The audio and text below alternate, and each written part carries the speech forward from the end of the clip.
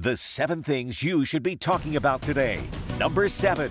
Alabama and Auburn are one step closer to adding a new wrinkle to their football-heavy rivalry as they both advance to the Sweet 16, with Auburn stomping Creighton 82-70 and Alabama obliterating St. Mary's 80-66. Now, this marks only the third time in history and the first time since 1985-86 that both teams have made the Sweet 16. The state of Alabama's basketball fans could be thinking about a third matchup of the year that will only be able to take place in the national championship after splitting the regular season games. That would be amazing. If it's not going to be Florida, I would love to see an Iron Bowl of basketball. Don't call it that. That's lame. Number 6. Fulfilling one of his promises, President Donald Trump signed an executive order to begin dismantling the U.S. Department of Education, leaving Alabama's Dr. Eric Mackey to make it clear that Alabama is equipped to handle increased responsibilities if they send funding back to the state, which I think that's the question a lot of people have. What is the mechanism for that? Just a giant block grant? Is that what they're going to do? Well, like managing federal programs, there are other issues that are going to come along with that. But as long as funding remains intact, Dr. Mackey says, hey, we're on top of this. By the way, Dr. Mackey could be looking at like a $90,000 raise. Mackey wants clear federal guidelines and says he maintains or will grow his staff despite federal budget cuts as of right now. The AEA's Amy Marlowe says they need more staff to avoid disruption. Number 5. State Senator Chris Elliott, a Republican out of Josephine, is the latest to support the Alabama Public Library Service's decision to terminate Nancy Pack, the former director of that entity, because she was basically in favor of showing your kids' penises in the library. And she can argue she wasn't. Her decisions indicated that she was. She seemed to support explicit material being shown to minors. She meddled in controversies, including should they allow Kirk Cameron, of all people, to read a children's book at the Madison City Library. That was a controversy that she meddled in and tried to stop. Elliott suggested the move mirrors Alabama voters' rejection of woke ideology and argued that Pack's dismissal reflects a broader public demand to oust progressive bureaucrats pushing such views, especially on kids from government roles. Correct. Number 4. United States Senator Tommy Tuberville, a Republican out of Auburn, doesn't seem too concerned about talk of his residency issues and brushed off speculation about his eligibility for the 2026 Alabama gubernatorial bid, arguing that his current Senate tenure and earlier presence in the state clear the 7-year residency hurdle, and these claims are just being made by people that want to run for governor. Shots fired.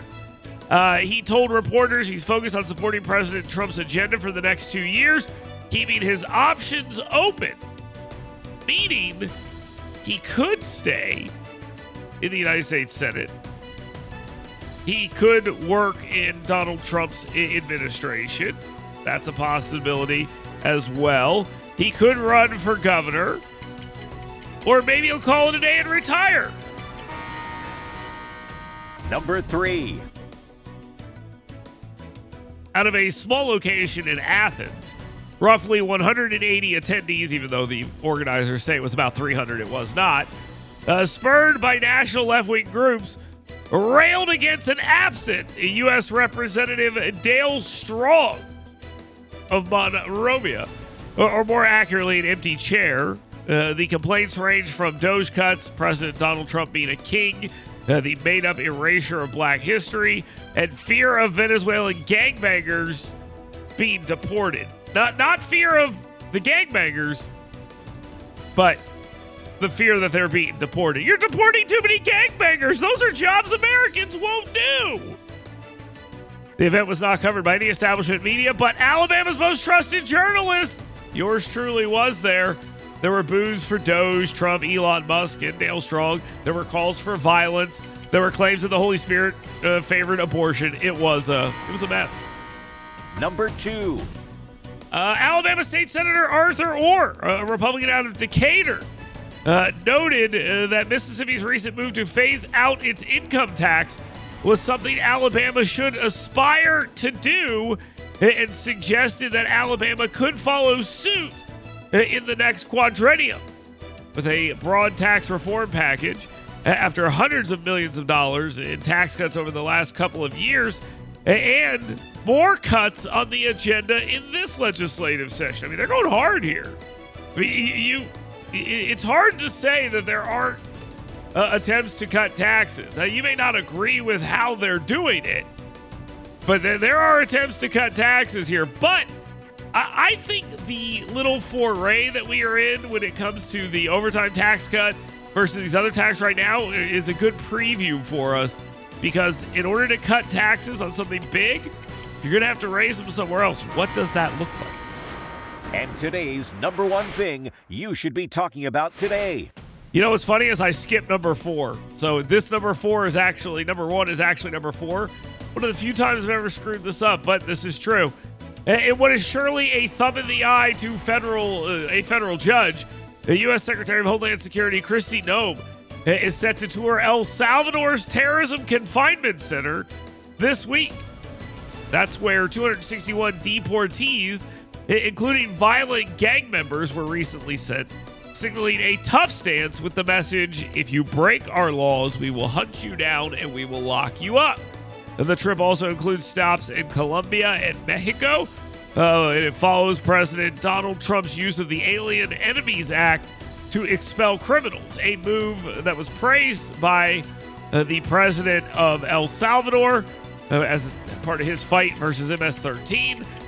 But it also upset Democrats in the media a lot, because we need those gangbangers back. We need them back, guys. Come on. Let's send them back here. We need those back. It's very important.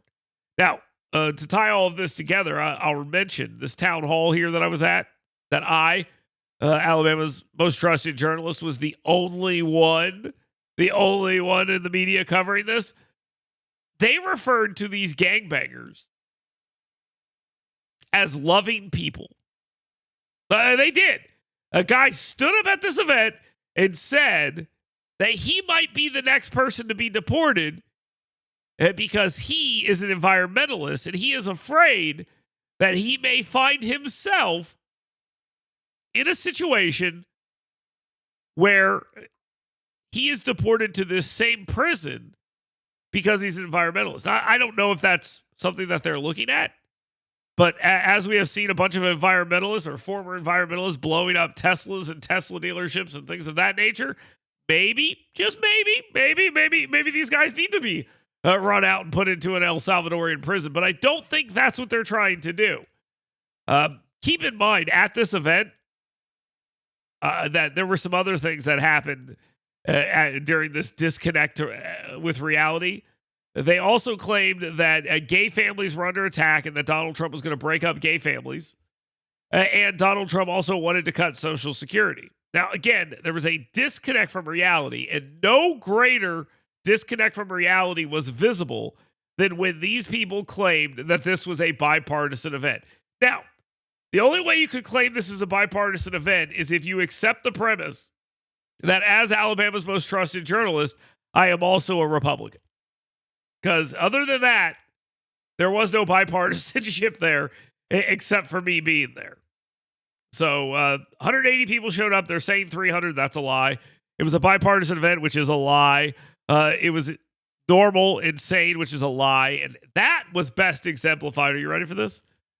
By a moment of time where somebody asked, who has a mental illness? And over 50% of the arms in the crowd went up. Now, I could argue they were making a Nazi salute because that's what we do now. But they were being Nazis. Let's just put it that way. So it was a Nazi rally. That's what we get to do now. Anytime when someone raises their arm, it was a Nazi salute. So a Nazi rally took place in Athens. Everyone there was mentally ill. It all checks out. I was there. I covered it. And you know what? I would love for a member of the media to say that I'm wrong. You know why they can't do that? because none of them showed up.